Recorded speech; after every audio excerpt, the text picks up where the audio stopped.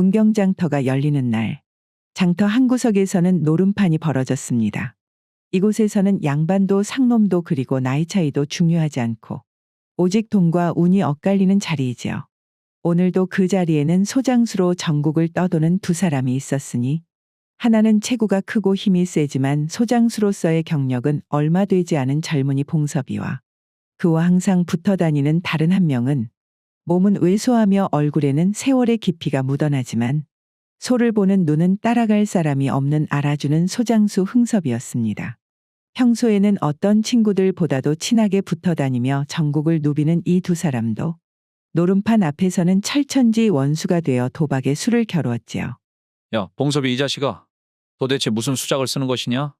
네 좋은 말 할 때 폐 똑바로 돌리는 것이 좋을 것이여. 흥섭이 먼저 으르렁거리며 목소리를 높이자 봉섭이는 전혀 주눅드는 기색 없이 웃음을 터뜨리며 맞받아쳤습니다. 하이고 흥섭이 아재 참말로. 내가 무슨 수작질을 했다고 그럽니까요? 내 실력이 아재 실력보다 나으니까 당연히 일이 되는 거 다니겠습니까요? 흥섭이 그 말에 눈을 부라리며 봉섭이의 멱살을 움켜잡았지요. 봉섭이 네가 수작질을 하는 것을 내가 모를 줄 알았냐 이놈아. 내가 소장수 생활만 30년을 하면서 그동안 노름으로 딴 돈이 얼만디 말이오 이놈아. 이 판에서 그렇게 사람을 속여 먹으려 들면 네 소장수 생활 오래 못할 줄 알아. 하이고 아재가 그렇게 내 소장수 생활까지 걱정을 해주는지 몰랐구만요. 내가 수작을 썼다면 말을 하지 말고 수작을 썼다는 증거를 대셔야지. 어찌 이리 사람 멱살을 잡으시나. 아이고 흥섭이 아재도 그리고 봉섭이 자네도 좀 그만들 하이소. 이게 그저 노름판 아닙니까요. 놀라고 하는 것에 이리 감정이 상하면 되겠습니까? 다른 소장수의 말의 싸움은 이쯤에서 그치고 둘은 각각 등을 돌린 채 노름판을 떠났습니다. 그리고 이튿날 두 사람은 우시장에서 다시 만났는데요. 문경장터가 활기를 띠는 아침, 두 사람은 소를 살피며 장터를 거닐고 있었습니다. 장터에 나온 소들은 전부 외양이 제각각이었지만 그 중에서도 좋고 나쁜 소를 구별할 줄 아는 눈을 가진 이는 단연 30년 경력의 흥섭이 최고였습니다. 어제까지 노름판에서 의기양양했던 봉섭이는 그런 흥섭이를 졸졸 쫓아다니며 소를 가리키며 물었지요. 흥섭이 아재, 저놈은 어떻습니까요? 딱 보기에는 체격도 좋고 힘도 세 보이는데 말이어요.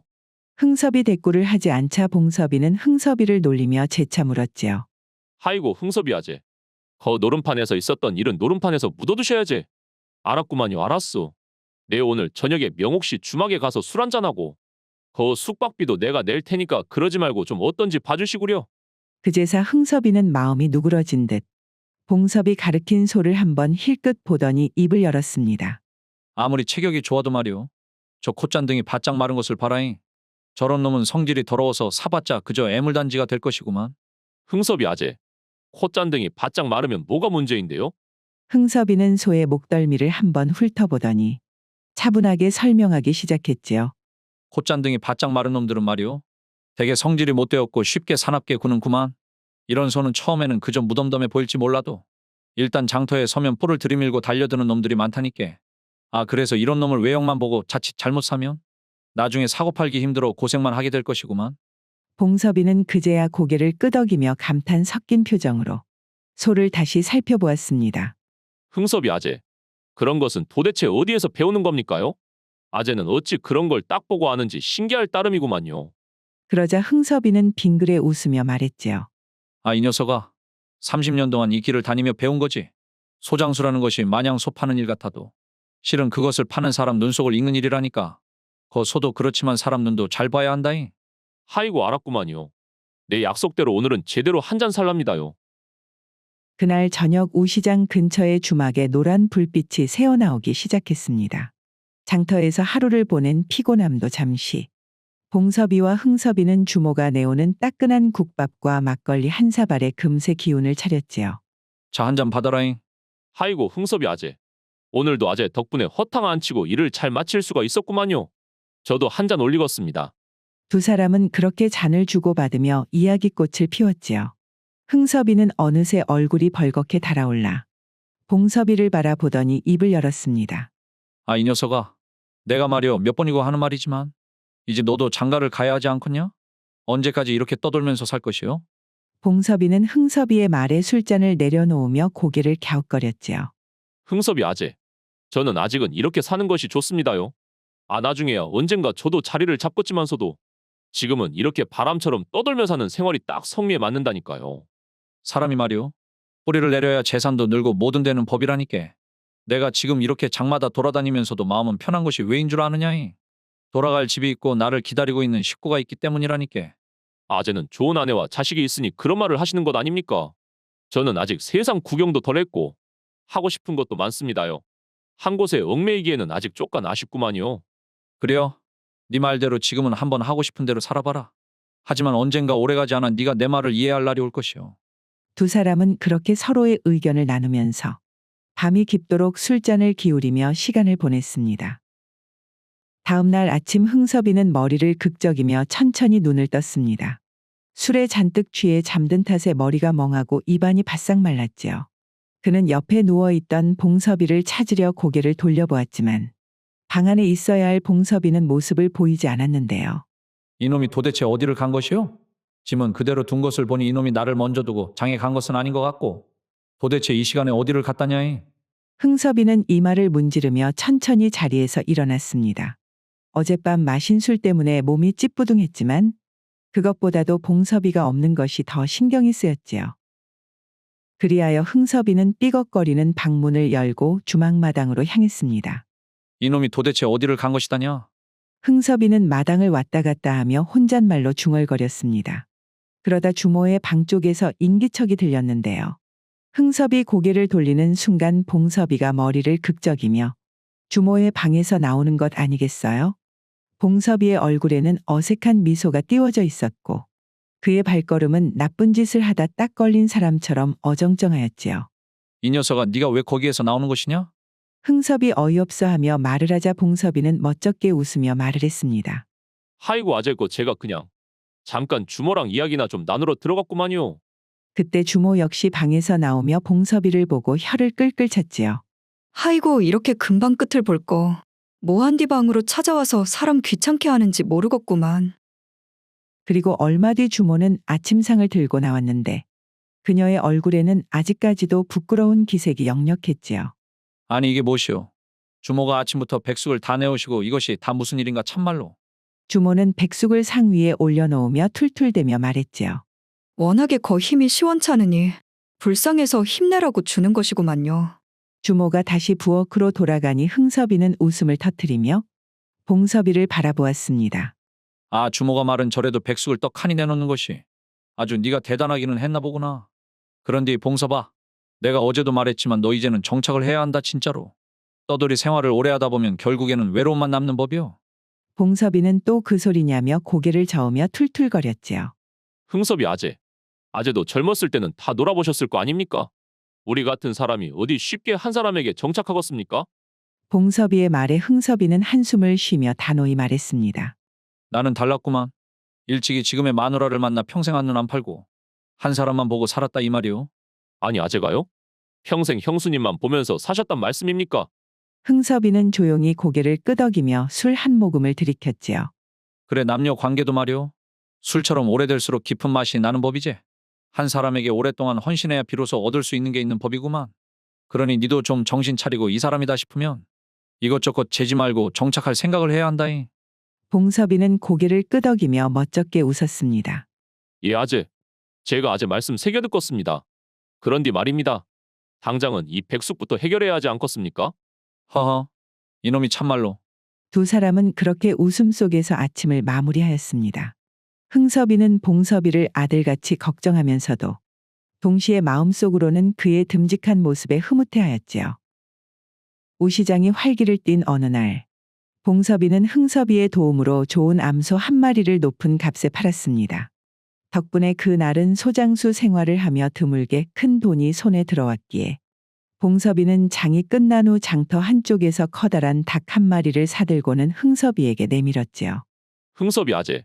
오늘 제가 아재 덕을 봤으니 이걸로 거 형수님하고 몸보신이나 좀 하시구려. 늘 저한테 이렇게 도움 주시는 것도 고맙고 해서 한번 사봤습니다. 허 어차피 우리 집이 여기서 얼마 멀지 않으니 말이오. 차라리 오늘은 우리 집에 가서 하루 묵고 가지 않겠는가? 아 우리 집에 행랑방이 비어있으니 체면 차릴 것 없구만 그래. 봉섭이는 그 말에 기다렸다는 듯이 환하게 웃으며 말을 했습니다. 하이고 아재 그러면 저도 집으로 돌아가는 수고를 덜어서 좋구만요. 그럼 오늘은 아재 댁에서 한잔 해야겠구만요.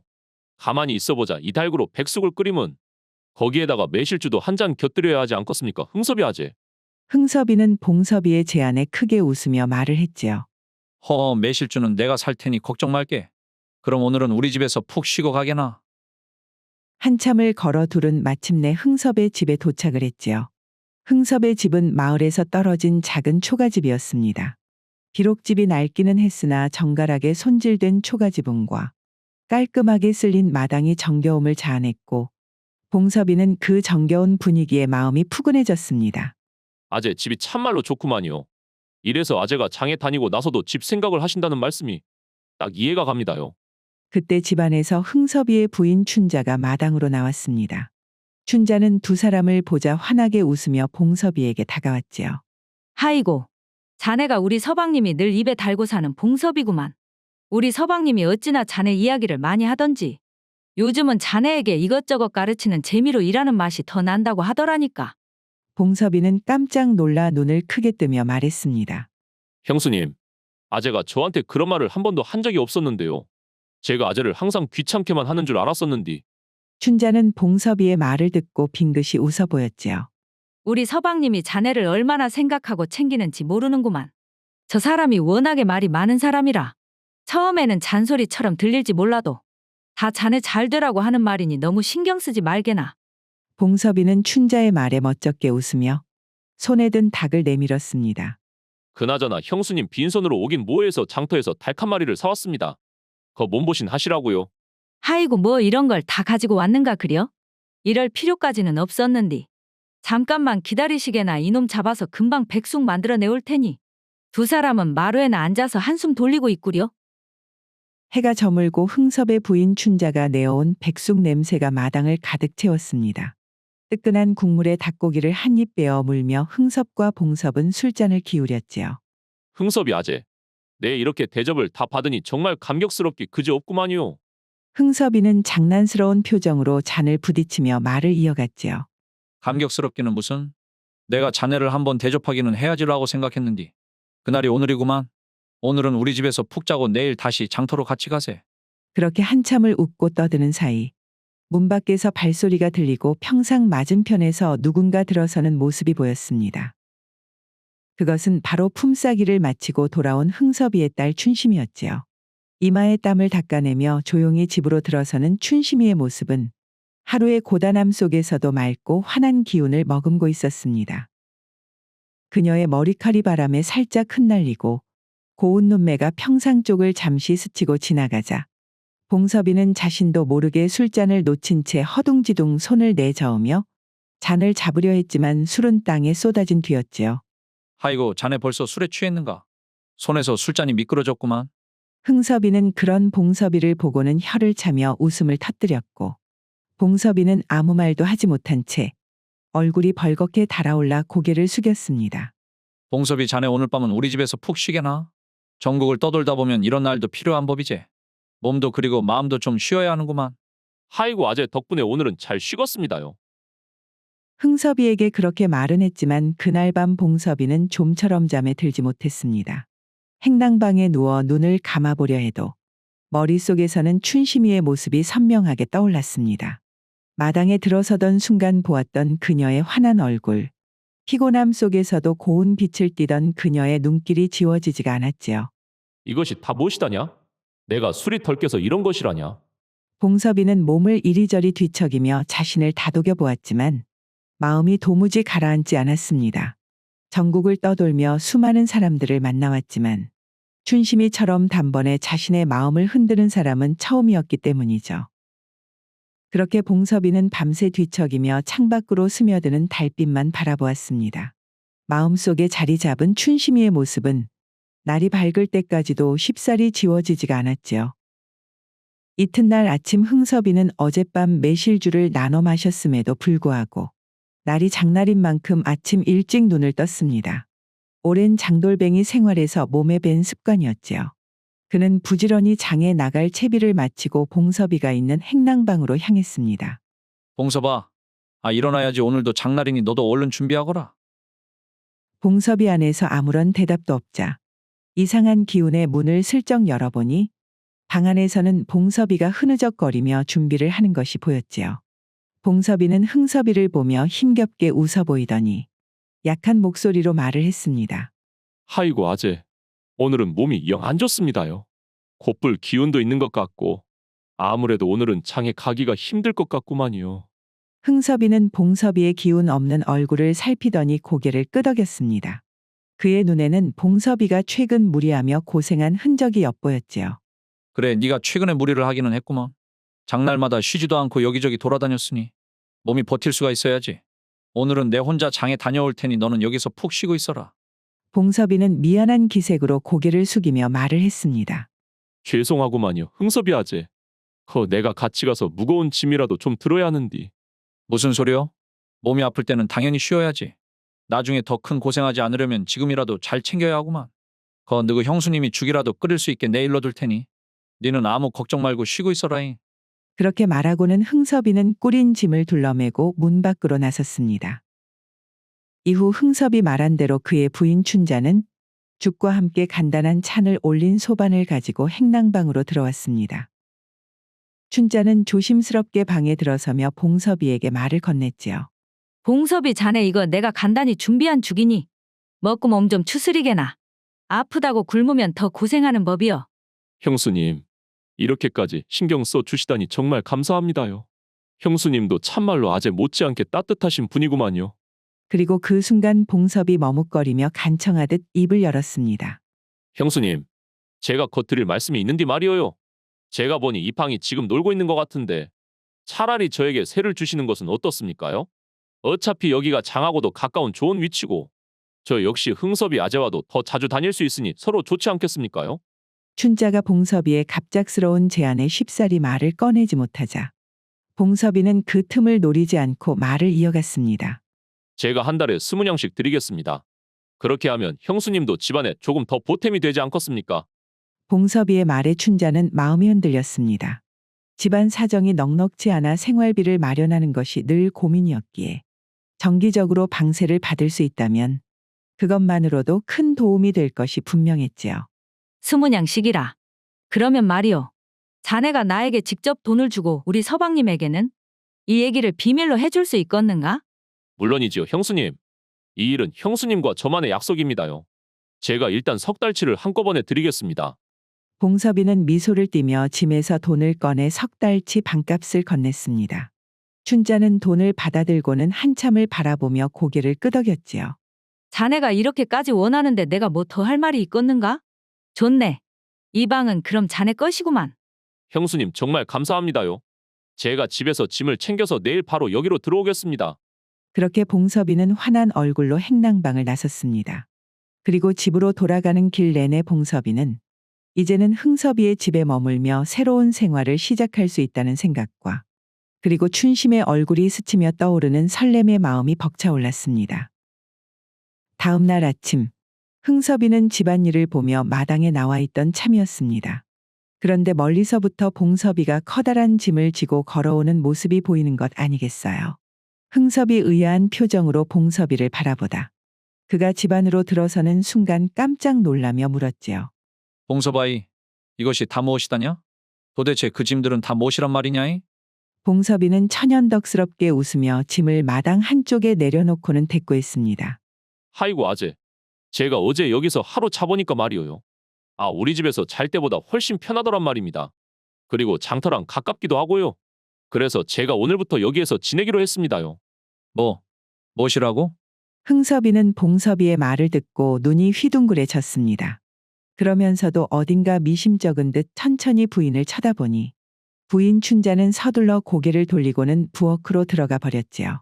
흥섭이는 부인의 행동이 뭔가 이상하다고는 느꼈지만 그녀에게 따로 묻는 대신 곧 한숨을 쉬며 봉섭이를 쳐다보았습니다. 그래요? 네가 여기서 지내겠다면 내 뭐라 하겠냐이? 다만 방을 쓸 거면 청소랑 잘하고 괜히 행랑방을 어지럽히지만 마라이. 그거야 당연하지요, 아재. 제가 아재 덕분에 이렇게 좋은 방에서 지내게 되었는디 앞으로는 집안일도 좀 거들어가며 지내겠습니다요.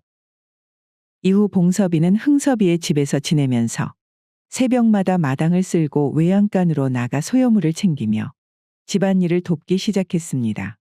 그리고 장날에는 흥섭이를 따라 장에 나섰고 소를 팔고 돌아오는 길이면 늘 손에 무언가를 들고 오곤 했는데요.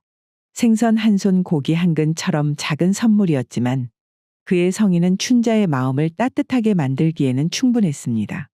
형수님, 그냥 오기에 손이 허전해서 거 생선 한 선 사가지고 왔습니다. 아이고 뭘 또 매번 이런 걸 다 사오는가. 멀리 다녀오느라 힘들 텐데 말이오. 그렇게 말하면서도 춘자의 얼굴에는 미소가 떠올랐습니다. 봉섭이의 넉넉한 성격의 그녀 역시 봉섭이를 점점 가족처럼 느끼기 시작했지요. 먼 길 다녀오느라 시장할 텐데 조금만 기다리게나. 내가 금방 저녁 차려줄 테니께. 그리고 춘자가 저녁을 준비하는 동안 평상에 앉아 술잔을 기울이며 흥섭이는 봉섭이를 보고는 빙그레 웃어 보였습니다. 봉섭아, 네가 이렇게 우리 집에 있으니 요즘은 아들이 하나 생긴 것 같아 내 마음이 참말로 든든하고만 그래. 아재, 그럼 저를 그냥 새들어 사는 식객이 아니라 편하게 아들로 생각하시라니까요. 저도 그렇게 불리는 것이 마음이 편하구만요. 시간이 흐름에 따라 흥섭이도 봉섭이의 존재가 너무나 자연스러워졌습니다. 어느새 봉섭이는 흥섭이에게 장돌뱅이 친구가 아닌 마치 아들처럼 느껴졌고 가끔씩 무거운 짐이라도 짊어지게 되면 자연스레 봉섭이 생각날 정도였지요. 봉섭이는 더 이상 행랑방에 머무는 손님이 아닌 어느덧 흥섭의 집에서 없어서는 안 될 귀한 식구가 된 것이었습니다. 봉섭이가 흥섭의 집에 자리 잡은 지 거의 1년이 되던 날, 명절을 앞둔 집안은 한창 바쁜 날들이 이어지고 있었습니다. 하지만 평화로운 집안에 큰일이 터졌으니 바로 흥섭의 딸 춘심이 갑작스레 몸져 누워버린 것이었지요. 아침부터 춘심의 방에서는 그녀의 얕은 신음소리가 들려왔고 춘자는 이를 이상하게 여기며 방으로 들어가 춘심의 곁에 앉았습니다. 아이고 춘심아. 이것이 다 무슨 일이다냐. 네 도대체 어디가 아파서 이러는 것이냐잉? 춘자는 딸의 손을 잡고 다독이며 물었지만 춘심이는 그저 눈을 감은 채 몸을 가늘게 떨며 고개를 저을 뿐이었지요. 춘심아. 네가 왜 이러는지 이 애미한테 말 좀 해봐라잉. 답답해 미칠 것 같구만 참말로. 춘자는 안절부절 못하며 딸의 얼굴을 살피고 또 살폈습니다. 그러던 순간 춘심이 갑자기 헛구역질을 하기 시작했는데요. 워웜에? 춘심이 아버지. 얼른 방으로 들어와 보시란께요. 춘심이가 앞만 봐도 뭔 일이 있었던 것 같구만요. 이를 듣고 급히 방으로 들어온 흥섭이는 딸의 상태를 보고 깊은 충격에 빠졌지요. 춘심이는 여전히 헛구역질을 하며 고개를 떨구고 있었고 그것을 본 흥섭의 머릿속에는 수많은 생각으로 복잡해져 갔습니다. 춘심아, 네 대체 무슨 일이 있었던 것이냐? 흥섭은 떨리는 목소리로 물었지만 춘심이는 입을 꼭 다문 채 아무 말도 하지 않았습니다. 그녀는 가늘게 떨며 그저 고개를 숙이고 있었고 흥섭이는 순간 머릿속에 한 가지 의심이 불현듯 떠올랐지요. 이놈이 봉섭이 이놈이 느닷없이 우리 집에 눌러 앉더니만 목적이 이거였구만 그래. 워웜에 서방님. 거 진정하시고 춘심이 말이라도 먼저 들어봐야 하지 않겠습니까? 부인 춘자의 애원에도 흥섭이는 부인의 말을 들은 채 만채 방을 박차고 나가며 봉섭이의 방으로 향했습니다. 그렇게 집안의 평화는 한순간에 흔들리기 시작했지요. 흥섭이는 한치의 망설임도 없이 한 손에는 낫을 들고는 행랑방으로 향했습니다. 문을 열고 방으로 들어가니 봉섭이는 막잠에서 깨어 하품을 하고는 마루에 나서려던 참이었지요. 이놈, 대체 우리 춘심이한테 무슨 짓을 한 것이냐? 흥섭이는 낫을 들고 봉섭이에게 다가섰습니다. 분노로 가득 찬 그의 얼굴은 무섭게 일그러져 있었지요. 봉섭이는 이에 잠시 당황했지만 이내 상황을 파악한 듯 진지한 얼굴로 고개를 들었습니다. 아재. 아니, 장인어른. 제 목을 치시려거든 한번 제 이야기를 들어보고 치십시오. 흥섭이는 그 말을 듣고 잠시 멈칫했습니다. 낫을 든 손이 떨리기는 했으나 봉섭이의 진지한 태도에 그의 분노가 살짝 누그러졌기 때문이었죠. 제가 춘심이를 좋아하는 마음이 있었던 것은 사실입니다. 봉섭이는 흥섭이의 눈치를 조심스레 살펴가며 말을 이어갔습니다. 장인어르신께서 보시기엔 제가 춘심이에게 그런 마음을 품은 것이 여엄치 없는 일로 보이실지 모르겠지만서도 하지만 춘심이를 위해서라면 제가 평생을 바쳐 잘 살 자신이 있구만요. 아니 그래도 그렇지 이놈아. 내 딸이 다른 사람도 아니고 너 같은 놈과 연이 닿다니. 네가 평소에 이 여자 저 여자 기웃거리던 것을 내 다 알고 있는데 내가 어찌 네 놈에게. 이번만큼은 그런 것이 아니구만요. 장인어른. 장인어른께서도 평소에 얼른 좋은 사람을 만나 가정을 꾸리라고 하지 않으셨습니까? 제가 보기에는 춘심이가 바로 장인어른께서 말씀하신 그 좋은 사람인 것 같습니다. 제가 드디어 정착할 곳을 찾았다 이 말입니다. 봉섭의 진심이 담긴 말에 흥섭이는 한동안 침묵했습니다. 손에 들린 낫은 어느새 힘없이 내려갔고 그의 눈가에는 눈물이 맺히기 시작했지요. 아이고 이놈아. 그것이 문제가 아니고 너랑 나랑은. 흥섭은 말을 멈추고 잠시 망설이더니 마침내 마지못해 입을 열었습니다. 너랑 나랑은 주모 명옥이와 정을 나눈 사이구만. 어찌 보면 우리가 동서지간인데 어떻게 네가 내 사위가 될 수 있겠냐? 워우 워메. 무엇이라고요? 봉섭이는 흥섭이의 말에 깜짝 놀라 자신도 모르게 큰 소리를 쳤지요. 평소에 저한테는 형수님만 보고 평생을 살았다 하지 않으셨습니까요? 그런디 도대체 흥섭이는 더 이상 아무 말도 하지 못하고 고개를 떨구었습니다. 방 안은 어색한 침묵 속에 잠겼고 봉섭이는 충격을 받은 듯 잠시 멍하니 있었지요. 아 이미 지나간 일은 지나간 것이고 앞으로의 일이 중요한 것 아니겠습니까? 과거의 일은 장인어른과 저의 가슴 속에 묻어두도록 하고 그냥 조용히 넘어가는 것이 어떻겠습니까? 흥섭이는 한숨을 깊게 내쉬더니 고개를 들었습니다.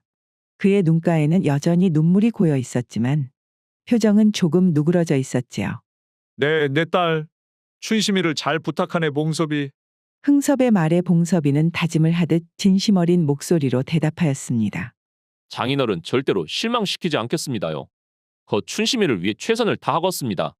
그렇게 두 사람은 조심스럽게 서로의 마음을 확인했습니다. 흥섭이는 여전히 마음 한구석이 불편했지만 봉섭이의 진심을 느끼고 마침내 그를 사위로 받아들이기로 한 것이었지요. 그해 춘 3월 따뜻한 봄바람이 마을을 감싸던 날 흥섭이의 집은 사람들로 북적였습니다. 마당에는 축하객들이 가득 모였고 웃음소리가 넘쳐 흘렀지요. 바로 봉섭이와 춘심이가 마침내 혼례식을 올리고 부부의 연을 맺은 것이었습니다. 흥섭이는 마지못해 사위로 봉섭이를 받아들였지만 혼례식 날만큼은 누구보다 바삐 움직이며 손님들을 맞이했습니다. 혼례식이 끝난 뒤에도 봉섭이와 흥섭이 사이에는 어딘가 어색한 기류가 흘렀지만 그 어색함도 오래가지 않았는데요. 몇 달 후 춘심이가 아들을 낳았기 때문이었지요. 작은 아기가 집안의 울음을 터뜨릴 때마다 두 남자는 함께 웃고 떠들며 점차 자연스러운 가족으로 자리를 잡아갔습니다. 그리고 이후 장마철이 찾아오고 어느 비가 퍼붓던 날 봉섭이와 흥섭이는 집안에 앉아 작은 노름판을 벌였습니다. 아야 봉섭아. 네 도대체 나한테 몇 냥을 뜯어가려고 또 수작을 부리고 있는 것이냐? 네 좋은 말 할 때 배 똑바로 돌리는 것이 좋을 것이요. 봉섭이는 천연덕스럽게 웃으며 대꾸했지요. 하이고 장인어른. 참말로 내가 무슨 수작질을 했다고 그럽니까요? 이것이 다 실력 차이지요. 내가 장인어른보다 나으니까 이런 일이 생기는 겁니다. 야 이놈아. 너 그렇게 잘난 척하다가는 다음 판에 아주 눈물 쏙 빼게 될 줄 알아라. 두 사람의 투덜거림에는 더 이상 예전처럼 날선 기운이 느껴지지 않고 대신 은근한 고마움과 애정이 자리 잡았습니다. 그리고 비가 그치고 다시 장날이 찾아왔고 두 사람은 나란히 집을 나서며 장터로 향했지요. 아 봉섭아.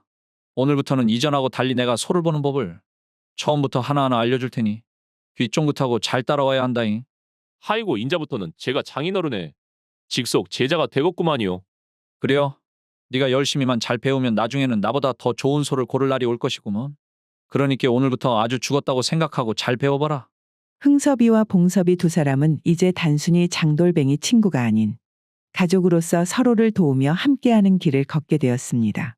그리고 그들의 길 위에는 웃음과 다정함 그리고 가족의 따뜻함이 가득했지요.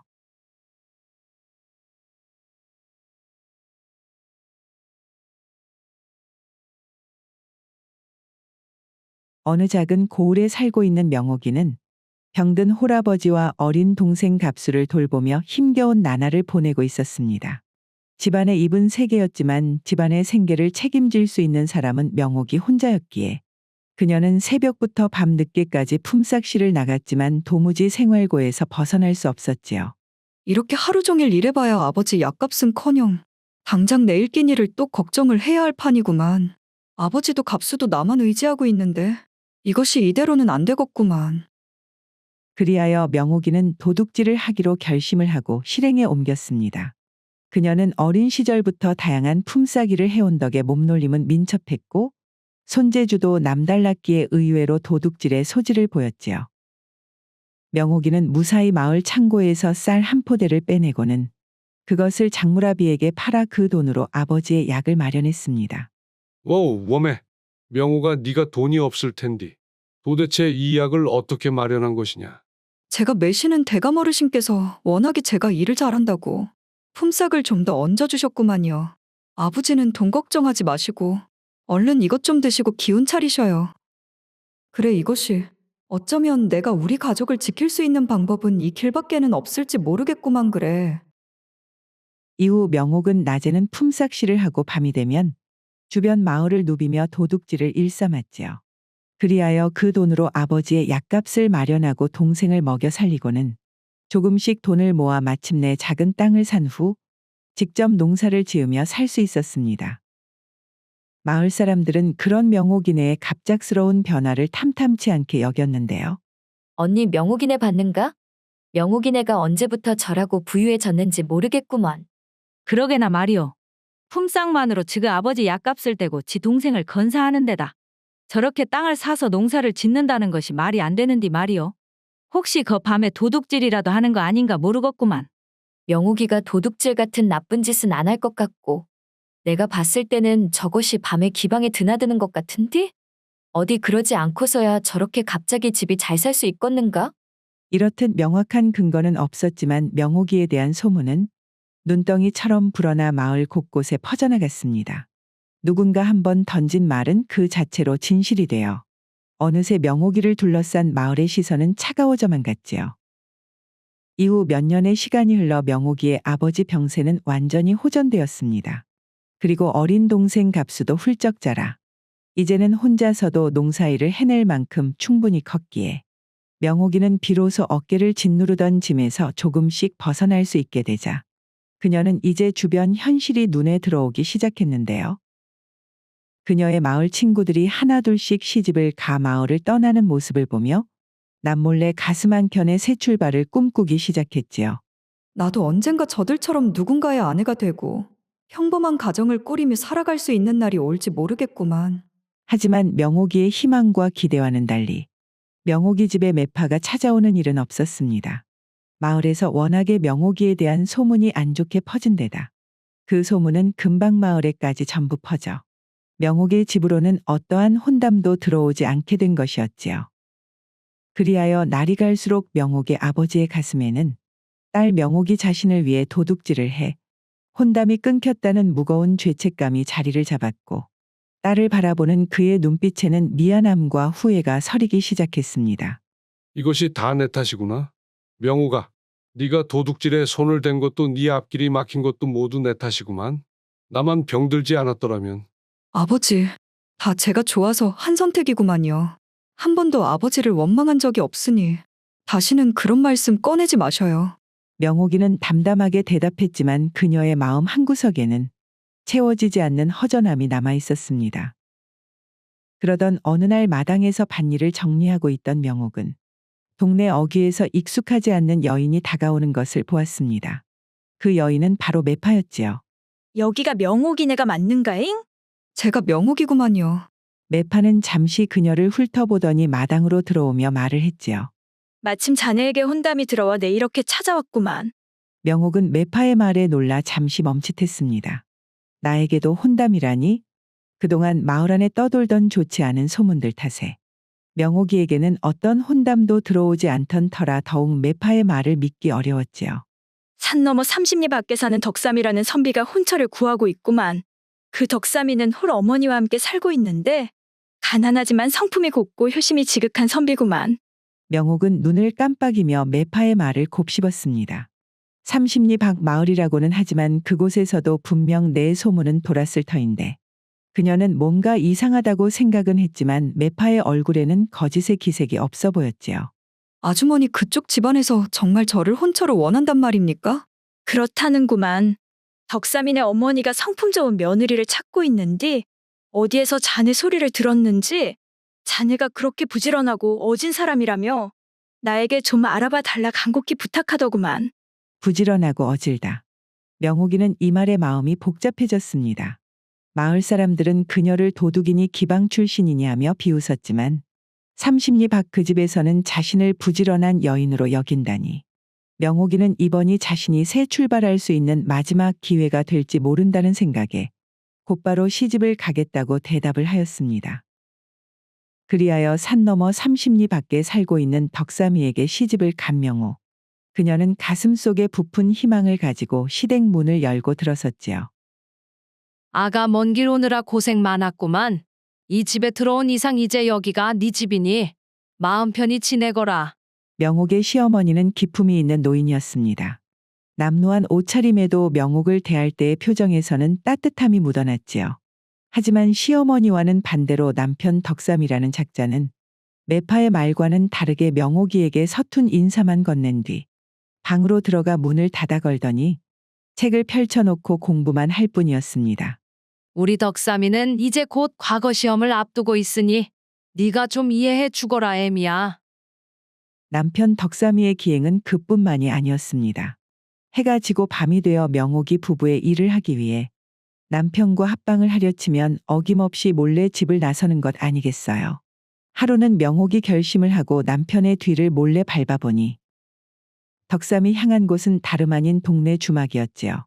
명옥이 자신을 보고 있는 것을 아는지 모르는지 남편 덕삼이는 그곳에서 친구들과 술잔을 기울이고 소란스럽게 웃고 떠들고 있었습니다.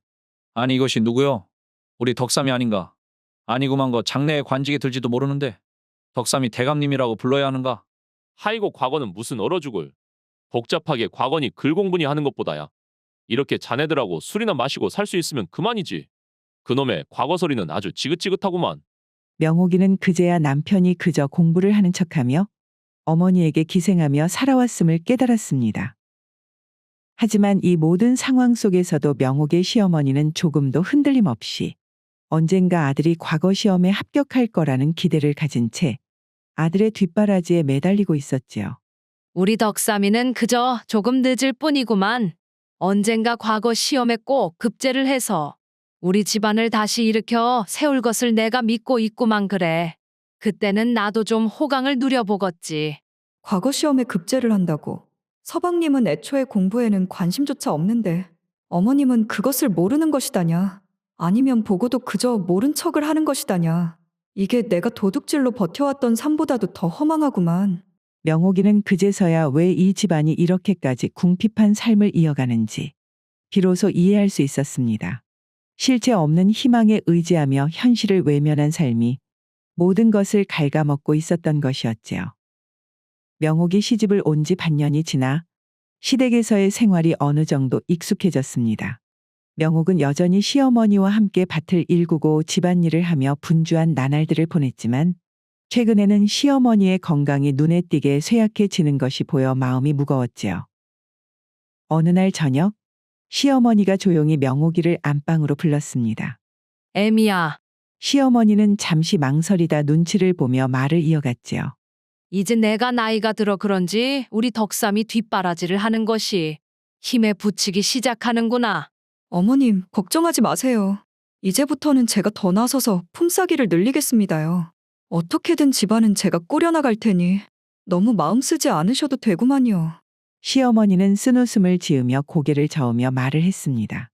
애미야, 내가 이런저런 밭일과 품삯일로 한 세월을 저 덕삼이를 뒷바라지 해왔는데 그것이 품삯일만으로는 감당이 안 되는 것을 알고 있지 않겠냐잉? 사람이 말이다. 각자 잘하는 것을 해야 하지 않겠냐잉? 명옥이는 순간 시어머니의 말끝에서 묘한 느낌이 들었습니다. 그리고 다음 순간 시어머니는 결심을 한 듯 입을 열었지요. 이제는 말이다. 네가 좀 나서줘야 할 때가 온 것 같구나. 네가 원래부터 잘하는 걸로 말이다. 명옥이는 순간 머리가 띵하며 뒤통수를 세게 얻어맞은 기분이 들었지요. 그리고 이 집에서 왜 굳이 자신을 며느리로 들이려 했는지 이해가 가기 시작했습니다. 알겠습니다, 어머님. 하지만 제가 여기 사정을 잘 모르니 이 마을에서는 믿을 만한 장물아비 찾는 일이 어려울 것 같구만요. 예전에는 제 물건을 처리해주는 장물아비가 있었는데 여기서는 제가 그쪽 사람들을 전혀 모르니 말이에요.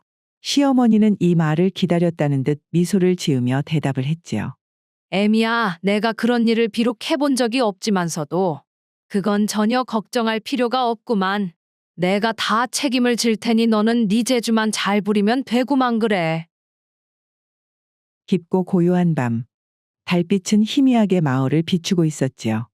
명옥은 검은 옷을 걸치고 복면으로는 얼굴을 가린 채 발소리를 죽이며 마을 가장자리에 위치한 홍배대감의 집으로 향했습니다.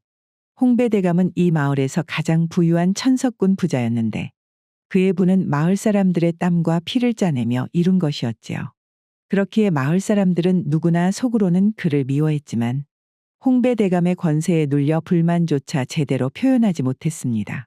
이렇게 마을 사람들을 착취하여 부자가 된 양반을 조금 턴다고 해서 죄책감을 느낄 필요는 전혀 없구만. 잠시 후 집에 도착한 명옥이는 곧장 시어머니가 계시는 안방으로 가서 그녀에게 비단 한 피를 꺼내어 건넸습니다. 애미야, 이게 웬 비단이다냐? 참말로. 내 세상에 이렇게 고운 비단은 처음 보는구만.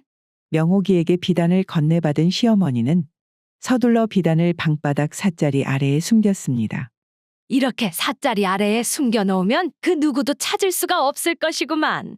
애미야, 이제 우리가 덕삼이 뒷바라지를 걱정할 필요가 없겠구나. 기뻐하는 시어머니를 바라보며 명옥이는 그동안 품었던 말을 시어머니에게 꺼내고 싶은 욕망이 꿈틀거렸습니다.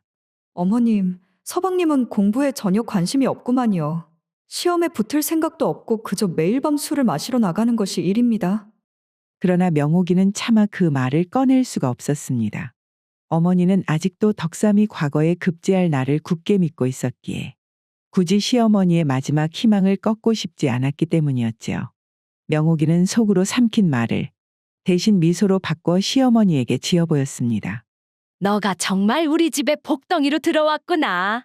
네가 이렇게나 착하니 이제 덕삼이만 과거에 합격을 하면 우리는 잘 될 일만 남았구만. 어머님, 제가 더 잘할게요. 명옥이는 기뻐하는 시어머니의 손을 꼭 잡고서는 조용히 되뇌었습니다. 이튿날 아침 홍배대감의 집에서는 아침부터 난리가 났습니다. 홍배대감이 아끼던 고급 비단 한 필이 사라진 것이었지요. 홍배대감은 비단이 없어진 것을 알아채고는 노발대발하며 하인들을 불러 모았습니다. 이 비단을 오늘 당장 찾아오지 못하면 너희들 전부 밥줄 끊길 줄 알아라. 마을에 있는 모든 집을 뒤져서라도 반드시 비단을 찾아와야 할 것이야. 홍배대감의 하인들은 명옥이의 소문에 대해 익히 알고 있었던지라 자연스레 명옥의 집을 의심하였지요. 그리하여 대감의 하인들은 그날 오후 덕삼이 외출하고 없는 틈을 타 명옥의 집 앞에 들이닥쳤습니다.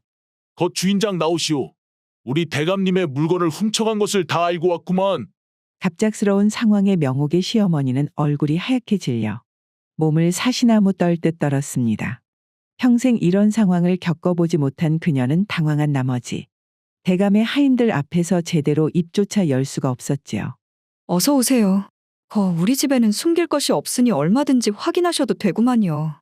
하지만 명옥은 시어머니와는 반대로 아무 일도 아니라는 듯 태연하게 웃으며 하인들을 맞이했습니다.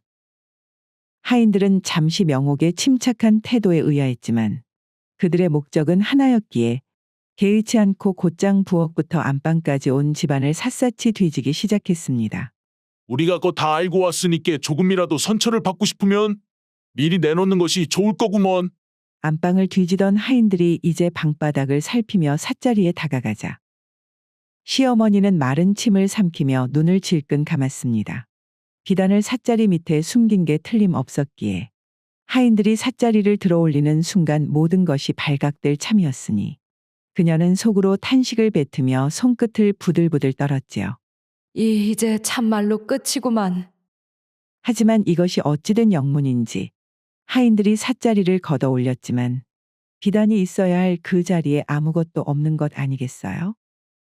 이것이 참말로 이상하다. 내 분명 여기에 있을 거라고 생각했는데 여기 말고는 숨길 곳이 더 이상은 없는디 말이오.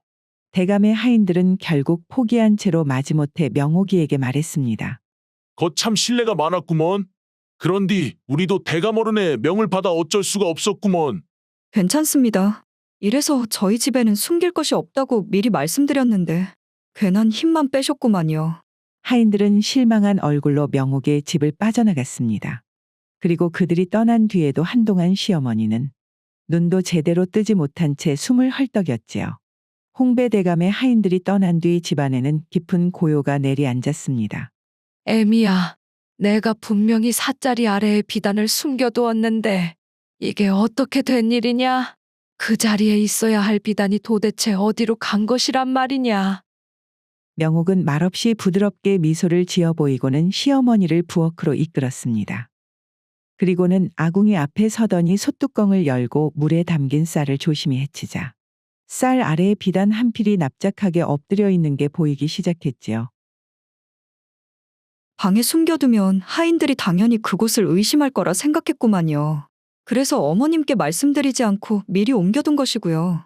만약 어머님께서 이 사실을 미리 알고 있었다면 하인들이 부엌을 뒤질 때 어머님을 보고 필시 눈치를 챘을 것입니다. 아이고 애미야, 참말로 네가 우리 가족을 살렸구나. 네 지혜가 아니었으면 그 홍배대감이 우리 목숨을 어찌했을지 모를 일이었구만. 이제 이 피단은 말려서 어머님께서 장에 내다 파시든지 옷을 지어 입으시든지 하셔요. 그러나 시어머니는 고개를 절레절레 흔들며 식은땀을 흘렸지요. 내 이 무서운 것을 어찌 팔 수가 있겠니? 장에서 팔다 들키면 진짜 우리 가족의 목숨이 다 날아갈 것이 분명하구만. 내가 도둑질을 너무 쉽게 생각하고 너에게 그런 말을 꺼냈구나. 너는 이 일을 아무렇지도 않게 해냈지만 네가 살아온 삶이 이렇게 힘든 것이었는지는 꿈에도 몰랐다 그래. 시어머니는 비단을 바라보며 한숨을 내쉬고는 결심하듯 말을 이어갔습니다. 이 비단은 얼른 아궁이에 던져서 태워버리자꾸나. 이제 다시는 도둑질 같은 건 생각조차 하기가 싫구나. 뭔가 살 수 있는 다른 방법이 있을 것이야. 명옥은 시어머니의 말을 가만히 듣고는 어딘가 알 수 없는 표정을 지으며 대답을 했지요. 어머님, 그런데 이 비단 말고도 태워야 할 것이 하나 더 있습니다. 응? 그것이 무슨 말이냐, 애미야? 그날 밤 덕삼이 주막에서 돌아오자 명옥은 시어머니를 안방에 모셔놓고 남편 덕삼이를 불렀습니다. 덕삼이는 방에 들어와 앉으며 아내의 심각한 얼굴을 보고는 의아한 표정을 지었습니다. 그리고 그 순간 명옥은 품속에서 훔친 비단 한 필을 덕삼이 앞에 내보였지요. 서방님, 이 비단은 홍배대감 집에서 훔쳐온 것입니다. 명옥의 말에 덕삼이는 눈이 휘둥그레지며 외쳤습니다. 뭐라고? 홍배대감 집에서 물건을 훔쳤다고? 그게 지금 말이나 되는 말이란가? 당신 지금 그것이 발각되면 무슨 일이 벌어질지는 알고나 하는 소리란가? 알고 있고 말고요. 우리 가족 모두 죽게 될 수도 있겠지요. 그러니 저는 이 비단을 아궁이 불에 태워버리고 이제 더 이상 도둑질을 하지 않으려 합니다. 그리고 서방님께서도 도둑질을 멈춰주셔야겠고요. 덕삼이는 미간을 찌푸리며 의아한 표정으로 대답을 하였습니다. 도대체 무슨 소리를 하는 것이오? 내가 무슨 도둑질을 했다고 하는 것이오? 서방님께서는 글 공부에 흥미가 없으면서도 공부하는 척만 하여 집안의 모든 살림을 어머님에게 떠넘기셨지요. 그리고 매일 밤 술을 마시러 나가는 것이 일상이었고요. 그렇게 서방님께서는 그동안 어머님의 시간과 인생을 도둑질 해오신 겁니다. 그 말에 덕삼이는 얼굴이 붉어지며 화가 치밀어 올랐습니다. 뭐라고? 평생 도둑질이나 해온 당신이 글 공부에 대해 뭘 안다고 그런 말을 하는 것이오? 서방님, 이제 그 도둑질도 끝날 때가 되었습니다. 어머님의 인생을 착취하며 사는 건 이제 그만두셔야 하지 않겠습니까? 더는 허울 좋은 공부에 인생을 기대지 말고 자신의 삶을 직접 책임지시는 겁니다. 그러니 이 비단과 함께 책을 불태우는 것은 어떻습니까? 부인 명옥의 말에 덕삼이는 아무 대꾸도 하지 못한 채 그저 멍하니 있었습니다. 오랫동안 외면해왔던 진실이 명옥의 입을 통해 날카롭게 드러나자 그는 더 이상 변명을 할 수가 없었던 것이었지요. 서방님께서 그렇게 정결정을 못하시겠다면 제가 이 비단을 홍배대감에게 돌려드려야겠네요. 그제서야 덕삼이는 다급히 명옥이를 붙잡았지요. 마누라. 아니 부인. 내가 잘못했소. 부디 그렇게 하지 마시오. 이 비단과 책을 함께 태우든지 아니면 아무것도 태우지 않든지 선택은 서방님께 달렸습니다. 하지만 이 비단만 따로 태우는 일은 절대 없을 것입니다. 자, 이제 선택하시지요.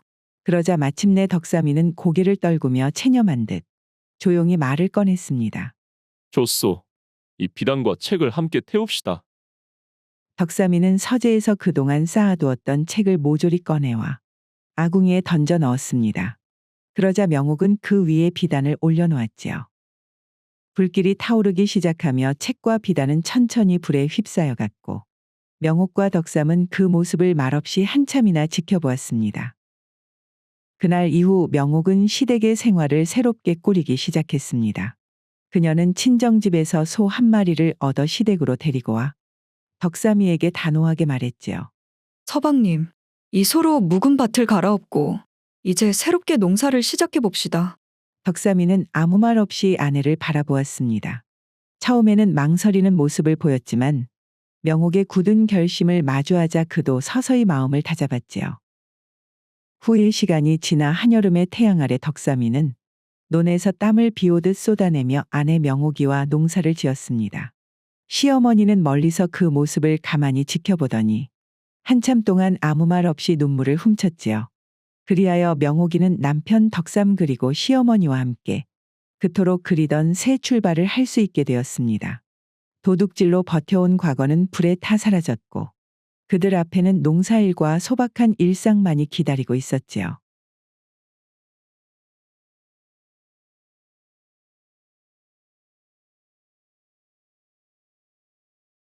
어느 조용한 마을에 두 친구가 살고 있었습니다. 둘은 어려서부터 알고 지낸 중마고우로 50이 넘는 나이가 될 때까지 우정을 이어오고 있었지요. 그중 한 사람은 흥섭이었습니다. 흥섭은 비록 가난하지만 자신의 일에 자부심을 가지고 부모님에게 물려받은 작은 땅을 일구며 살아가는 농부였지요. 그리고 다른 한 명은 창수라는 선비였는데 창수는 부모로부터 큰 재산을 물려받았지만 글 공부에는 크게 흥미를 느끼지 못하고 대신 평생 그림에만 취미가 있어 대부분의 시간을 그림을 그리며 지냈습니다. 늦 봄의 햇살이 논 위로 따뜻하게 내리쬐던 어느 날 흥섭이는 땀을 뻘뻘 흘리며 논에서 모내기를 하고 있었습니다. 아야 흥섭아. 하이고 창수 아닌가? 오늘은 또 무슨 바람이 불어 여기까지 찾아온 것인가? 창수는 가벼운 미소를 지으며 대답했습니다. 아 우리 마을에 이렇게 아름다운 풍경이 있는데 이것을 종이에 옮기지 않고 그냥 지나칠 수가 있겠는가? 거기다가 그 안에서 자네가 이렇게 열심히 일하고 있는 모습이 내게는 훌륭한 그림 소재가 되기에 내 이렇게 찾아왔지. 창수의 말에 흥섭은 허리를 펴며 헛웃음을 터뜨렸습니다. 정말 못 말리는 친구구만. 나 같은 사람을 그리기 위해서 이렇게 찾아왔단 말인가? 내 얼굴은 이미 이렇게 다 나이가 들어버렸고 몸은 평생 논에서 허리가 휘도록 일을 해 꾸부정해졌는데 무슨 놈의 훌륭한 그림 소재가 된다는 말인가? 그저 풍경이나 그리시게 이 친구야. 풍경은 누구나 그릴 수가 있지. 하지만 자네가 일하는 모습에는 특별한 이야기가 담겨 있다네. 땅을 일구고 땀 흘리며 하루하루를 살아가는 모습에서 삶의 이야기가 느껴진다 이 말이야. 흥섭이는 고개를 절레절레 흔들며 한숨 섞인 웃음을 지었지요. 정말 못 말릴 친구구만. 그래 좋네. 나는 계속해서 일을 할 테니 자네도 어디 한번 마음껏 그려보시게. 흥섭이는 창수의 자유로운 삶을 부러워했고 창수는 흥섭이의 단단한 뿌리를 가진 삶의 방식을 존경하였으니 서로 재산과 신분 차이에도 어려서부터 지금에 이르기까지 쭉 돈독한 친구 관계를 유지했습니다. 하지만 서로를 생각하는 마음의 크기와 방향이 같을 수가 없듯이 이 둘의 사이 역시 그러했는데요. 그날 저녁 흥섭이는 창수에게서 그림을 한 장 받아들고 집으로 돌아와 부인 춘자와 함께 저녁을 먹기 위해 밥상을 마주했습니다. 춘자는 흥섭이의 손에 들려있는 종이를 보더니 서방님, 오늘도 창수 씨가 그림을 그려줬나 보구만이요. 그려?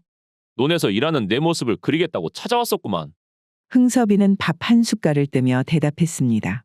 하지만 그의 표정에는 어딘가 미묘한 그늘이 드리워져 있었지요. 춘자는 그 그림을 살펴보더니 감탄을 금치 못하며 웜에 참말로 잘 그렸구만이요. 서방님이 논에서 일하시는 모습이 이렇게 생생하게 담겨 있을 수가. 여태껏 창수 씨가 그려준 그림 중에 가장 나은 것 같은데 말이어요. 하지만 춘자의 칭찬에 흥섭이의 얼굴은 점점 굳어져만 갔지요. 그는 젓가락을 내려놓고 한숨을 내쉬었습니다. 아 창수 그 녀석이야 하루 종일 그림만 그렸으니 이 정도 그리는 것이 뭐 그리 대단한 일이라고 호들갑을 떨고 있는가? 춘자는 남편 흥섭이의 갑작스런 태도에 의아해하며 물었지요. 서방님 갑자기 왜 그러신데요? 창수 씨가 서방님 모습을 이렇게 멋지게 그려주었는데 어디 기분이 안 좋으신 거래요? 나는 하루 종일 땅을 일구며 땀을 쏟고 살아가는데 그 녀석은 태어나기를 재산 많은 집에 태어나 평생 저 좋아하는 그림만 그리면서 살았지. 그러니 그림을 잘 그리는 것이 당연한 일이 아닌가? 그까짓 것이 뭐가 그리 대단하다고. 만약 나에게도 저 녀석만큼 재산이 있었다면 나도 논밭에서 허리가 휘도록 일하지 않고 그림을 그리거나 글 공부를 해서 진작에 과거에 급제를 했을 것이구만. 그런데 지금 나는 흥섭이의 목소리가 점점 낮아지고 한숨이 깊어지자 그의 부인 춘자는 흥섭의 손을 잡으면서 다정하게 말했습니다. 서방님 그리 생각하지 마시라니까요. 서방님께서는 땅을 일구고 일평생 우리 가족을 책임을 지셨는데 창수 씨가 그림에 능한 것처럼 서방님께서는 누구보다 농사일에 자부심을 가지고 뛰어나지 않습니까요? 부인 춘자의 위로에도 흥섭이는 고개를 젓고는 자리에서 일어나 작은 방으로 가버렸지요. 그리고는 벽에 그림을 걸어두고 한참을 쳐다봤습니다. 그림 속의 흥섭이는 땅을 일구는 성실한 농부였지만 그림 밖의 흥섭은 자신의 삶에 대한 질투와 허무함에 잠겨 있었지요. 그로부터 시간은 1년이 지나고 항상 변함이 없을 것 같은 농부 흥섭이의 삶은 지난 1년의 시간 동안 크게 변하였는데요. 바로 언제나 자신의 곁을 지켜주고 위로해 주던 부인 춘자가 갑작스러운 병으로 세상을 떠난 것이었지요. 흥섭이의 자식들은 이미 장성의 먼 마을로 가서 다 자리를 잡았기에 춘자가 떠난 이래 흥섭이만이 빈집에 남아 술로 하루하루를 버티고 있었습니다. 에휴, 술도 같이 마실 사람이 없으니 이게 무슨 맛인지도 모르겠구만. 마누라도 그렇게 떠나버리고 자식들은 서로 바빠 소식도 전해오지 않으니 나만 이렇게 이 빈집에 묶여서 늙어가는구만. 흥섭이는 문득 아내와 함께했던 날들이 떠올라 마음이 북받쳤습니다. 그녀는 늘 자신을 위해 따뜻한 밥상을 차려주고 때로는 잔소리를 하면서도 한편으로는 웃음을 주는 소중한 사람이었지만 지금은 그 모든 것들이 손에 닿지 않은 과거가 되어버렸지요.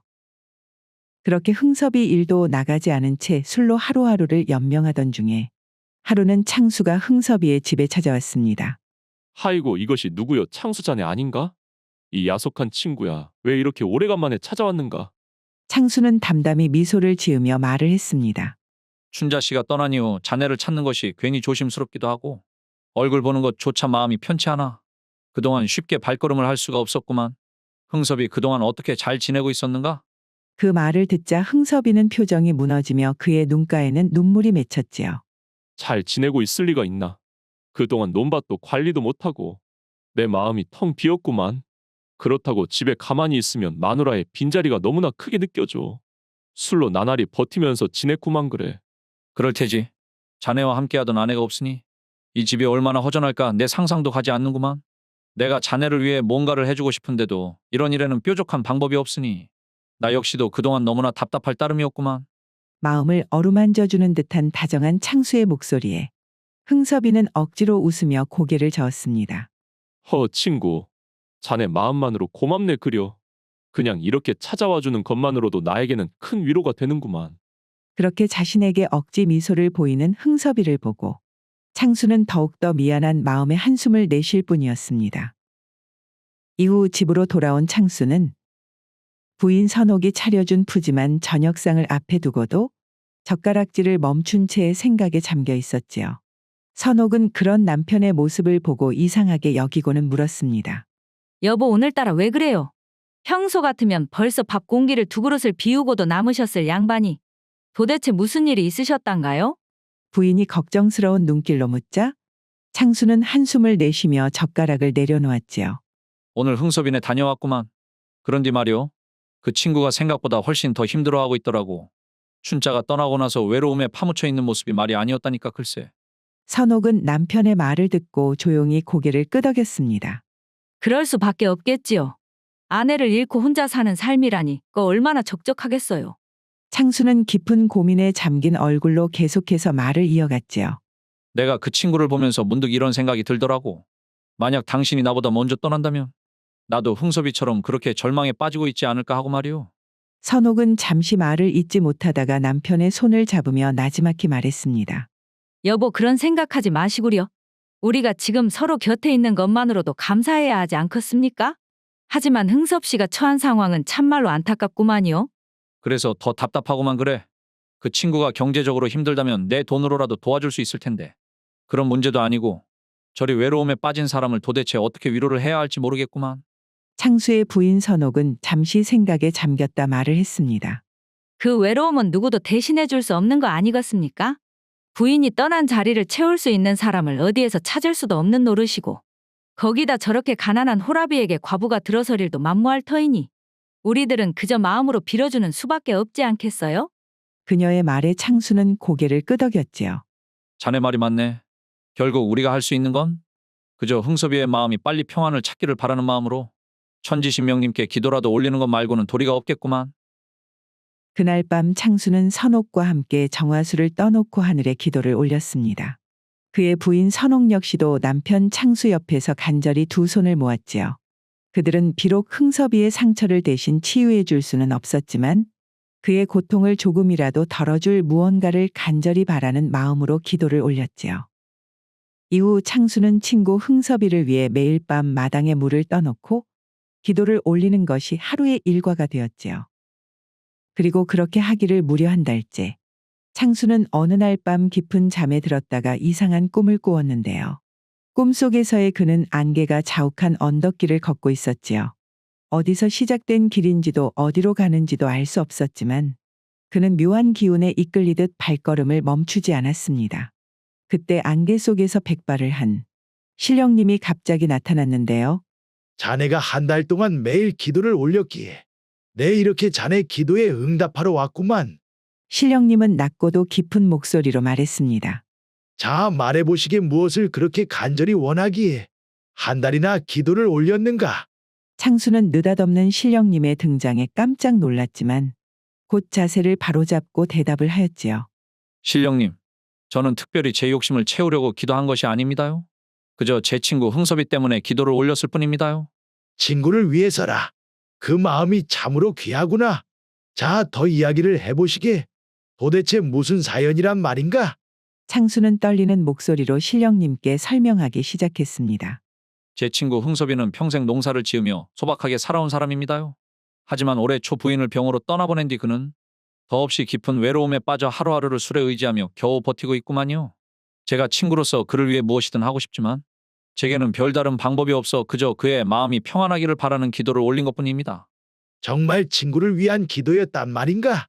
자네가 자신을 위해 기도한 것이 아닌데도 한 달을 쉬지 않고 정성을 다했단 말이지. 그렇습니다. 사실 신령님께 제 기도가 닿을 거라 기대하지도 않았습니다요. 하지만 만약 제 마음이 하늘에 닿았다면 저는 그것만으로도 충분히 감사할 따름입니다.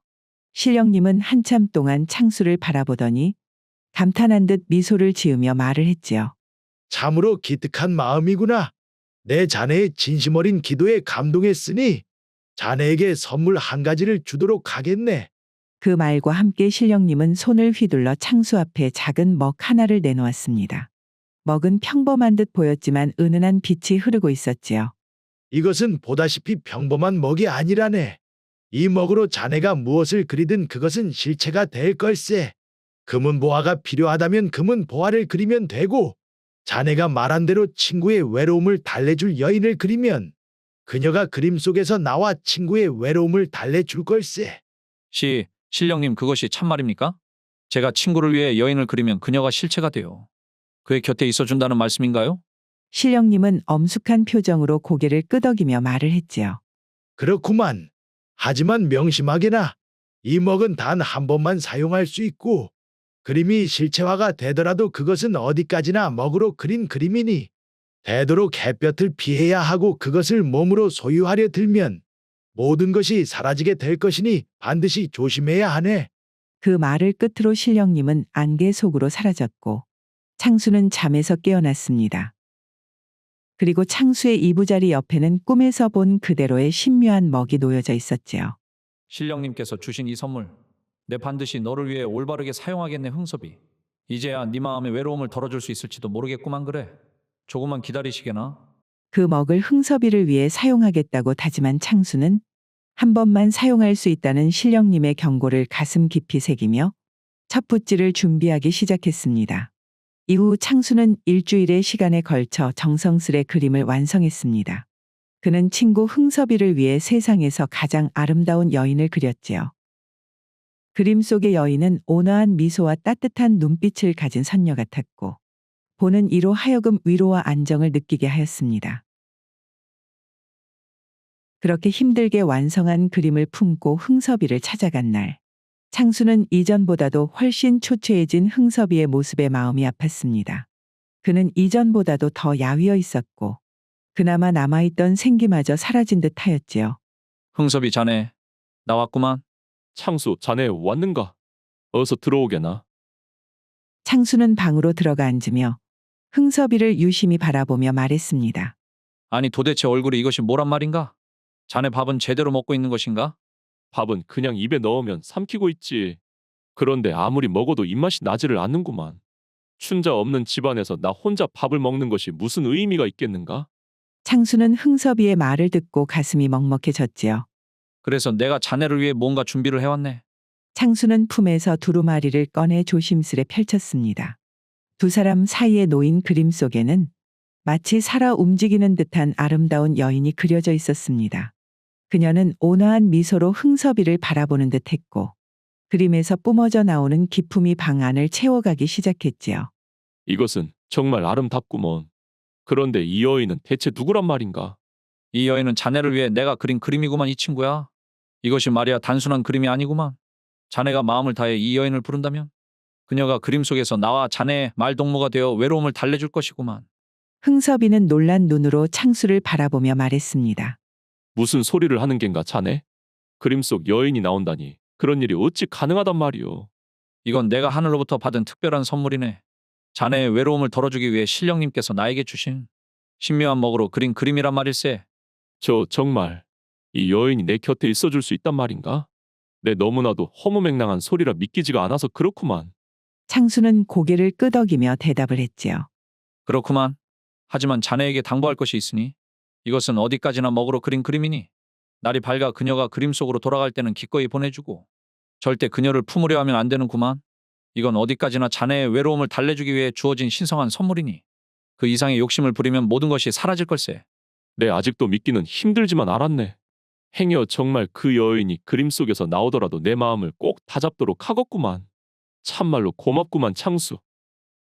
그날 밤 창수가 집으로 돌아가자 흥섭이는 그림을 햇볕이 들지 않은 방으로 가지고 가 벽에 걸어둔 뒤 한참을 바라보았습니다. 그림 속 여인은 온화한 미소를 띤 채 흥섭이를 바라보고 있었습니다. 그녀의 고운 자태는 볼수록 기품이 넘쳤고 그 미소는 적적한 마음을 조금씩 덜어주는 것 같았지요. 참 내 무슨 꿈 같은 이야기를 믿겠다고. 아무래도 창수의 이야기는 도무지 믿을 수 없었지만 밤이 깊어질수록 흥섭이의 외로움은 점점 커져가고 술기운까지 오르자 그의 마음에는 이상한 용기가 싹트기 시작하였지요. 어차피 아무도 없는데 거 창수 말대로 한번 해봐서 손해볼 것은 없지 뭐. 여인아, 정말로 이 안에 있는 거라면 나와서 내 말동무가 되어줄 수 있겠냐잉. 그 순간 방 안의 분위기가 바뀌었습니다. 온 방이 갑자기 따뜻한 빛으로 물들기 시작하더니 어디선가 은은한 꽃 향기가 퍼져나갔습니다. 흥섭이는 갑작스러운 변화에 깜짝 놀라 뒤로 물러섰고 그의 눈앞에서는 믿기지 않은 일이 벌어졌는데요. 그림 속 여인이 천천히 움직이더니 그림 밖으로 걸어 나오고 있는 것이 아니겠습니까? 자, 자네는 누구신가? 흥섭이 놀란 목소리로 묻자 여인은 부드러운 미소를 지으며 고개를 숙였지요. 저는 당신이 부른 그림 속의 여인입니다. 이렇게 불러주셔서 감사합니다. 흥섭이는 한참 동안 여인의 고운 목소리에 넋을 잃고 그녀를 바라보다 겨우 정신을 차리고 자신에게 물었지요. 이게 정말 꿈이 아니란 말인가? 그림 속 여인이 이렇게 나와서 말을 걸다니. 이건 마치 하늘에서 선녀가 내려온 듯하구만. 여인은 조용히 웃으며 방 한쪽에 있던 작은 상으로 걸어가 천천히 술상을 차리기 시작했습니다. 여인의 움직임 하나하나에는 우아함이 깃들어 있었지요. 제가 술을 따라드려도 되겠습니까? 그럼 이렇게까지 나와줘서 참으로 고맙구만. 혼자 술을 마시는 것은 정말 지겨웠거든. 여인은 술잔을 들고 조심스럽게 술을 따르며 말했지요. 이렇게 적적한 밤을 저를 불러주셔서 정말 감사합니다. 이제는 더 이상 외롭지 않으실 겁니다. 차 창수. 그 친구가 했던 말이 정말 거짓말이 아니었구만. 그날 밤 두 사람은 함께 술잔을 기울이며 이야기를 나누었습니다. 여인의 따뜻한 말씨와 섬세한 행동은 흥섭의 마음을 어루만져 주기에 충분하였고 오랜만에 잊고 있던 웃음 또한 찾아주었지요. 그리고 시간은 어느새 동이틀 무렵이 되자 여인은 조용히 말을 건넸습니다. 이제 그림 속으로 돌아갈 시간입니다. 하지만 제가 다시 필요하시다면 저는 언제든 당신과 함께할 준비가 되어 있으니 불러주셔요. 흥섭이는 아쉬운 마음에 망설이다가도 창수의 당부가 떠올라 고개를 끄덕이며 말했습니다. 그래. 내 욕심 부리지 않겠구만. 오늘 밤은 참말로 고마웠다네. 그렇게 여인은 다시 그림 속으로 돌아갔고 방 안을 채웠던 따뜻한 향기와 온기도 함께 사라졌습니다. 하지만 흥섭은 텅 빈 방 안에서 더 이상 외로움이 느껴지지 않았지요. 다음 날 아침 흥섭이는 오랜만에 가벼운 발걸음으로 논으로 향했습니다. 그는 오랜만에 논밭을 둘러보며 몸을 움직였지요. 땅을 고르고 별을 살피면서 그는 다시 자신을 되찾아가는 찾아가는 듯 하였습니다. 그리고 그날 오후 창수가 논으로 찾아와 일상으로 돌아온 흥섭이를 발견하고는 기쁘게 말을 건넸지요. 아니 흥섭이 자네 얼굴이 왜 이리 좋아졌는가? 엊그제만 하더라도 세상이 다 끝난 얼굴이었는데 그 그림이 정말 효과가 있던가? 아, 이것이 다 창수 자네 덕분 아니겠는가? 자네가 말한 대로 정말 그림 속 여인이 나와서 내 말동무가 되어주더구만. 흥섭이는 창수에게 어젯밤에 있었던 일을 상세하게 말을 해주고는 이제 자신을 걱정할 필요가 없다고 창수에게 감사함을 표했습니다. 정말 다행이구만 흥섭이. 자네가 다시 활기를 되찾았다니 내 이렇게 기쁠 수가 없구만. 가만히 있자 이렇게 자네가 다시 생기를 찾은 모습을 보니 내 오늘 기념으로다가 자네를 다시 그림에 담아야겠구만. 창수는 오랜만에 활력이 넘치는 흥섭이의 모습을 보고는 매우 기뻐하며 그가 일하는 모습을 다시금 그림으로 그리면서 자신이 그토록 바랬던 예전으로 돌아간 느낌을 받았습니다. 이후 흥섭이는 밤이 될 때마다 그림 속 여인을 불러내었고 그럴 때마다 여인은 여느 때처럼 환한 미소로 술상을 차리며 흥섭이와 마주 앉았습니다. 오늘도 이렇게 찾아와 주었구만. 정말 고맙네 그려. 당신이 저를 필요로 하신다면 언제든 그림 속에서 나올 것입니다. 제게도 이렇게 함께하는 시간이 너무나 소중합니다요. 그녀의 따뜻한 말에 흥섭이는 미소를 지어 보였지만 마음 한구석에는 뭔가 알 수 없는 감정이 자리 잡기 시작했습니다. 처음에는 단지 외로움을 달래기 위해 그녀를 불러냈던 그였지만 이제는 그녀를 바라보는 것만으로도 마음이 편안해지고 그녀의 목소리를 듣는 것만으로도 하루의 피로가 씻겨 나가는 듯 했습니다. 하지만 그러면 그럴수록 흥섭이의 시선은 점점 그녀에게 고정되었고 그 시선 속에는 이전과는 다른 감정이 섞이기 시작했지요. 자네는 왜 늘 이 시간이 되면 돌아가야만 한단 말인가? 이렇게 매일 똥이 트기 전 그림 속으로 돌아가는 것이 꼭 필요한 일이란가? 이렇게 실제같이 보여도 저는 한낱 그림일 뿐입니다. 그림은 제가 속한 세계이며 그곳이 제 본래 자리이기도 하지요. 하지만 당신이 원하신다면 그 시간만큼은 그림 속에서 나와 이렇게 잠시나마 함께할 수 있습니다. 흥섭이는 그녀의 대답에 고개를 끄덕였지만 마음속 깊은 곳에서는 묘한 답답함이 밀려와 재차 여인에게 물었습니다. 자네가 이곳에서 영원히 머물 수 있는 방법은 없단 말인가? 나와 함께 살아가면서 내 외로움을 달래주면 더 좋지 않겠냐 이 말이지. 여인은 흥섭이의 말에 미소를 지어 보였지만 그 미소에는 이전과는 다른 쓸쓸함이 담겨 있었습니다. 그렇게 된다면 저는 본래의 존재를 잃고 당신도 결국 후회하게 될 것입니다. 지금처럼 서로를 소중히 여기며 시간을 보내는 것이 우리에게 가장 행복한 일이 아닐까요? 또다시 동이 트기 전 여인은 여느 때처럼 그림 속으로 들어갔습니다. 그녀가 사라지자 방 안의 향기도 따뜻한 온기도 모두 사라졌고 흥섭이는 한참 동안 텅 빈 방을 바라보다가 깊은 허탈감에 빠졌습니다. 그의 곁에 그녀가 있었다는 사실이 더 이상 현실 같지 않았지요. 내가 정말 이 여인을 그림 속에만 두고 살아야 한단 말인가? 아니야, 그냥 그림으로는 충분하지가 않아. 그녀가 내 곁에 머물러 준다면 그것이야 말로 진짜 행복일 텐데 말이오. 그날 이후 흥섭이의 마음속에는 점차 욕심이 싹트기 시작했습니다. 그녀를 붙잡고 싶다는 강렬한 욕망이 그의 마음을 점점 더 지배해 가기 시작했지요. 이제 그는 더 이상 순수한 마음으로 그녀를 대하기 어려워지고 있었습니다. 그리고 달도 뜨지 않은 어느 야심한 밤. 흥섭이는 그림 속 여인을 불러내었습니다. 그녀는 늘 그렇듯 온화한 미소를 지으며 방 안에 나타나고 항상 하듯이 조용히 술상을 차리기 시작하였지요. 오늘도 이렇게 나와 주었구만. 정말 고맙네 그려. 흥섭이는 술잔을 받으며 말을 했습니다. 그러나 오늘 밤 흥섭이의 눈빛은 평소와 달랐는데요. 그 안에는 어딘가 뜨거운 열기가 담겨 있었지요. 당신이 저를 불러주셨으니 기꺼이 함께 할 것입니다. 하지만 당신은 오늘 무언가 다른 생각이 가득 차 있는 것처럼 보이시네요. 이렇게 매일 밤 우리 둘이 함께하고는 있지만 말이오. 난 이제 이것만으로는 부족하다는 생각이 드는구만. 그래서 하는 말인데 혹시 내 곁에 영원히 남아줄 수 있겠는가? 그의 말에 여인은 순간 미소를 잃고 고개를 저었습니다. 그녀의 목소리는 이전과는 다르게 차분하면서도 단호했지요. 그건 불가능합니다. 이전에도 말씀드렸듯이 저는 본래 그림 속의 존재일 뿐. 이곳에 머물 수 있는 시간은 잠시뿐이지요. 흥섭이는 그녀의 대답에 안타까움을 느끼며 앞으로 몸을 내밀었습니다. 우리는 이미 이렇게 함께 오래 했지 않는가? 나는 자네 없이는 더 이상 살 수 없을 것 같다네. 그러니 제발 나와 함께 이곳에서 살아가 주게나. 흥섭이 여인에게 다가오자 여인은 한 발짝 물러섰습니다. 그녀의 표정에는 슬픔이 깃들기 시작했지요. 제발 그만하십시오. 당신의 순수했던 처음 마음이 변하는 게 느껴지네요. 이렇게 되면 저는 더 이상 당신 곁에 있을 수 없게 됩니다요. 그러나 흥섭은 그녀의 말을 무시하고 더욱더 다가가며 손을 뻗어 그녀의 손을 잡으려 했지요. 내 이렇게 애원하지 않는가? 이제는 잠깐 동안 있는 것만으로는 부족하다고. 흥섭이 소리치며 그녀를 안으려 한순간 방은 휘황찬란한 빛으로 가득 차더니 여인은 빛 속에서 점점 그 모습을 잃어갔고 마침내 그녀의 모습은 완전히 사라져버렸습니다. 아, 안 돼. 안 되구만.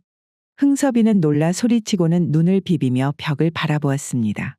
그림은 여전히 그 자리에 걸려 있었지만 그림 속의 여인은 온데간데 없이 사라지고 풍경만 남아 있었지요. 아, 안 돼. 내가 잘못했구만. 그러니 제발 돌아와 주게. 내 다시는 욕심을 부리지 않을 테니 말이오. 흥섭의 외침에도 방 안은 그저 고요하기만 했습니다. 여인의 온화한 목소리도 방 안을 가득 채우던 향기도 결국 모두 사라져버렸지요. 흥섭이의 방은 텅 비어버렸고 그의 마음은 더 깊은 허탈감과 후회만이 가득 차 올랐습니다. 다음 날 아침 흥섭이는 해가 뜨자마자 창수의 집으로 향했습니다. 그는 밤새 마음을 정리하며 창수에게 사과하고 다시 그림을 그려달라 부탁해야겠다고 결심했지요. 창수, 자네 안에 있는가? 나 흥섭이네. 문 좀 열어주시게나 이 친구야.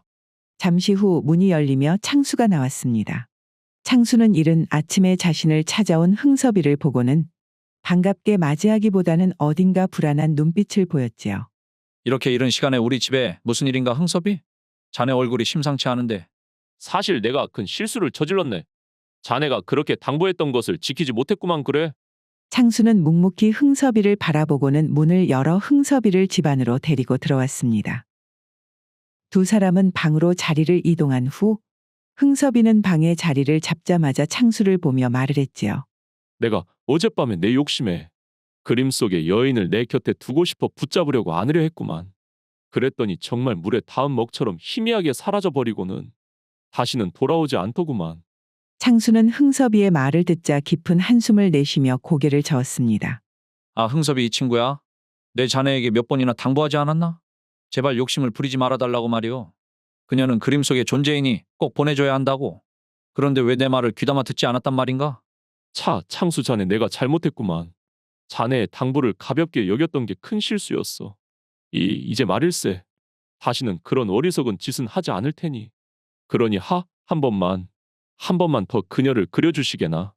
창수는 간절히 애원하는 흥섭이를 한동안 말없이 바라보다 씁쓸한 표정으로 고개를 저었습니다. 흥섭이 자네, 내가 그 그림을 그리기 위해 얼마나 많은 것을 포기했는지 알기나 하는가? 자네는 그 그림이 단순히 붓질 몇 번으로 나온 그림이라고 생각을 하는 것이야? 흥섭이는 창수의 말을 들으며 불편한 표정을 지었지만 창수는 멈추지 않았지요. 나는 하늘에 기도를 올리며 자네를 위해 정성을 다해 그 그림을 완성했었네. 그것은 단순한 그림이 아니라 내 마음과 노력이 담긴 선물이었구만. 그런데 그런 선물을 자네는 한순간의 욕심으로 망쳐놓고서는 그것도 모자라 이제 와서 다시 그려달라고 하다니. 자네 너무 염치가 없는 것 아닌가? 그 말을 들은 순간 흥섭이는 화를 참지 못하고 목소리를 높여 소리쳤지요. 아, 그깟 그림 하나 가지고 왜 이렇게 유세를 떠는 것인가? 부모 잘 만나서 평생 고생 한번 안 해본 자네가 할 줄 아는 것이 그깟 쓸모없는 그림 그리는 것뿐인데 내가 이리 애원을 하고 있는데도 그것 하나 못 해줄 만큼 꼭 이렇게 비싸게 굴어야겠나? 창수는 흥섭이의 말을 듣고 충격을 받은 듯 멍하니 바라보다가 천천히 입을 열었습니다. 자, 자네. 자네가 여태 나를 그런 눈으로 보고 있었던 것인가? 다른 사람이야 나를 그렇게 본다 해도 어쩔 수 없지만서도 적어도 자네만큼은 나를 이해해주는 친구라고 생각을 했는데. 그런데 어찌? 창수는 말을 멈추고 한참 동안 흥섭이를 바라보았습니다. 흥섭이를 바라보는 창수의 얼굴은 배신감으로 일그러져 있었지요. 더 이상 자네에게 할 말이 없구만. 흥섭이 자네 그만 돌아가시게나. 나는 자네가 이런 마음으로 나를 대했다는 것을 잊을 수 없을 것 같구만. 그 말을 남기고 창수는 등을 돌려 방문을 열고 나가버렸습니다. 문을 닫히는 소리가 무겁게 방 안에 울려 퍼졌고 흥섭이는 그 자리에서 어찌할 바를 몰라 멍하니 서 있었을 뿐이었습니다. 흥섭이는 창수의 집에서 돌아온 후 자신의 방에 도착하자마자 술을 찾았습니다. 방 안은 침울한 적막감으로 가득 차 있었고 벽에 걸린 텅 빈 그림만이 그의 시선을 붙잡았지요. 오메, 내가 대체 무슨 짓을 한 것이라냐? 그림 속에 여인을 잃은 것도 모자라. 평생 나를 위해준 친구마저 잃어버렸구만. 그 순간 흥섭이의 머릿속에서는 창수의 모습이 떠올랐습니다. 자신을 위해 정성을 다해 그림을 그려주던 친구. 그리고 그림을 얻기 위해 하늘에 기도를 올리는 모습까지. 그의 눈앞에서 선명하게 그려졌지요. 그깟 그림 한 장이 뭐라고? 내가 무슨 낯으로 다시 창수를 보겠다고 그런 말을 했단 말인가잉. 그날 밤 흥섭이는 벽에 걸린 빈 그림을 보며 잠이 들지 못한 채 오래도록 깨어 있었습니다. 마음속에서는 깊은 후회감이 밀려왔지만 더 이상 그를 위로해줄 그림 속의 여인도 그리고 평생 동안 자기를 지지해 주던 친구 역시도 이미 자신을 떠나버리고 모든 것이 사라진 후였지요. 오늘의 고전여행 이야기는 이것으로 마치겠습니다. 오늘도 부족하지만 긴 영상 봐주신 여러분들께 감사드리며 항상 가정의 평안이 깃들기를 바라겠습니다. 그럼 저는 다음 영상으로 다시 찾아뵙겠습니다. 감사합니다.